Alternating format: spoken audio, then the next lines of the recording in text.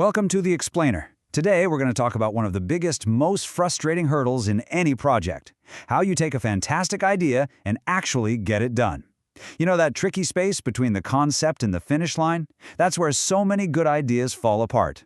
We're going to show you how to build a rock-solid bridge over that gap. I mean, you've totally been there, right? You're in a meeting, the energy is electric, everyone's on board with this amazing idea, it gets the green light, and then? What? Crickets. That's the danger zone. That gap between the big yes and the very first step is where momentum just dies. And this, right here, just hits the nail on the head. Without a clear structured roadmap, even the most game-changing idea is, well, it's nothing more than a wish. So the big question is, how do we start paving that road? We do it with this, the action plan. This is our hero today. And listen, this isn't just some glorified to-do list, okay? It's a formal game plan. It lays out all the activities that everyone, not just the team, but the whole organization agrees to do to make sure this thing actually succeeds. It's all about turning confusion into crystal clear clarity. Okay, so let's make this real. Check out this example from a travel company. It's so simple but so powerful. For every single action item, like create a new brochure, you see exactly what it's going to cost, how long it's going to take, and this is the most important part. Who is responsible for it? See? There's no wiggle room. No, I thought you were doing that. This is what accountability looks like. But here's the catch, and this is the absolute key to everything we're talking about. A plan, even a perfect one, is just a document. It's just a spreadsheet. If the people who have to bring it to life aren't genuinely bought in, it's completely useless. The real work isn't just writing the plan.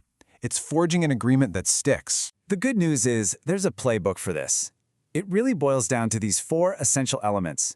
Think of this as the secret recipe for getting that true, sustainable buy-in for your plan.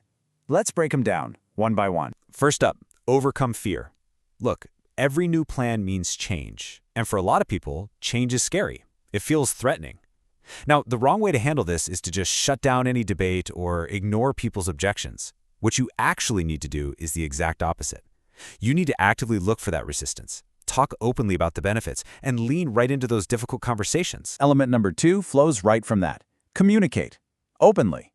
So many project teams get trapped in their own little bubble just talking to each other. To get a real agreement, you have to break out of that echo chamber. That means sharing updates far and wide, talking constantly with the key decision makers, holding open forums, using every tool you've got to keep that information flowing freely. And this brings me to a huge trap that so many leaders fall into. They think one big announcement will do the trick. You know, one email blast or one big meeting. But it's never enough. People are busy. To make sure your message actually sinks in for everyone, you have to hit them from multiple angles, using multiple channels, multiple times. All right, element 3 is all about rhythm. You have to manage the pace. And this quote just says it all perfectly.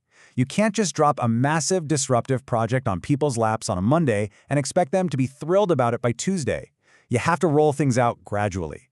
Give people the time they need to process the change and adjust to it. And finally, number 4, avoid inappropriate times. This sounds like a no-brainer, but you'd be surprised how often it gets ignored.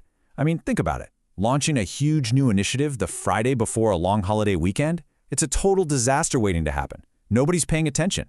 But if you launch it at the start of a fresh, new quarter when things are calmer, you're setting yourself up for success.